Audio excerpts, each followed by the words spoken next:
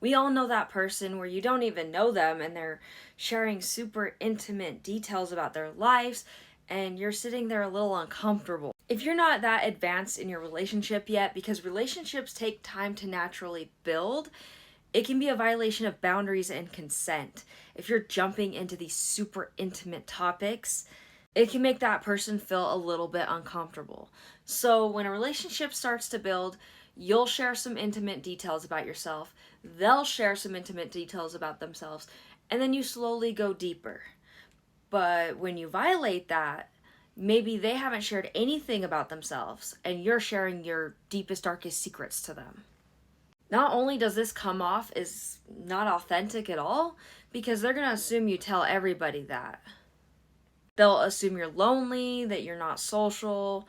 They'll assume you have nobody else to talk to. Overall, it just feels off. And it makes that person want to pull back because it's too soon, like too much too soon. And then you're left sitting there feeling rejected. Trust is something that has to be built in all relationships. It's deliberate, it's gradual. That's why, a lot of people are turned off if some random person comes up and is like, "Oh, I love you." I mean, you don't even know the person. Why would you say that to me? It just feels weird. That's also why we don't like our relationships moving too fast, because they didn't have time to build. Someone in that position where they feel uncomfortable because you overshared, they'll disengage, and that will start to wear down the trust that you guys started to build, if it's even there at that point, and if they don't like completely remove themselves from the relationship. So you're kind of like self-sabotaging yourself. You're moving backwards instead of forward by sharing too many intimate details.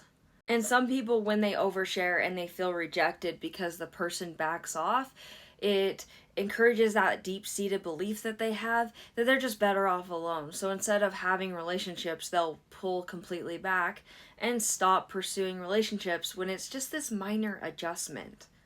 To keep in mind when you feel like you could start oversharing is, are you sharing it just to share it, or do you have an underlying need that you're trying to meet? Maybe your goal is to vent to feel better, but you're not quite there yet in that relationship, so you should hold off. It also should be something that you've processed through already. If it's something that it just barely happened and you're really upset about it, you could potentially say things that could make the other person really uncomfortable or are too soon. It's one thing if you really know the person, you're really close and connected, they're less likely to be judgmental, but someone that doesn't know you very well is more likely to jump to conclusions and judgments because they don't know all that information. And you're not going to get to that point in one day. It's going to take some time. So you need to let that trust build in that relationship. And also, is it constructive? Will it help build your relationship? Or is it just gonna make things terrible? Is it gonna make them feel awkward? Some people actually use oversharing as a manipulation tactic, so that's something to also keep in mind. Usually this is to get a rise out of you or attention. Their goal is to either maybe get some sympathy or make you see them in a certain light, and they'll purposely stomp all over your boundaries by oversharing. So this is something to keep in mind if you're constantly around people who they're telling you the deepest things about themselves right off the bat.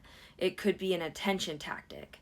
And of course, you can choose whether or not to give them that attention. Some people just might want a little sympathy and then they'll be on their way, but some people will constantly use this as a way to manipulate your emotions and manipulate how you treat them and what you do with your life, and that can go a little too far. So it's one thing to give someone who maybe doesn't have anybody else to talk to a listening ear, validate them, and just make them overall feel better, but just be careful that you're not getting too into it where you're being manipulated.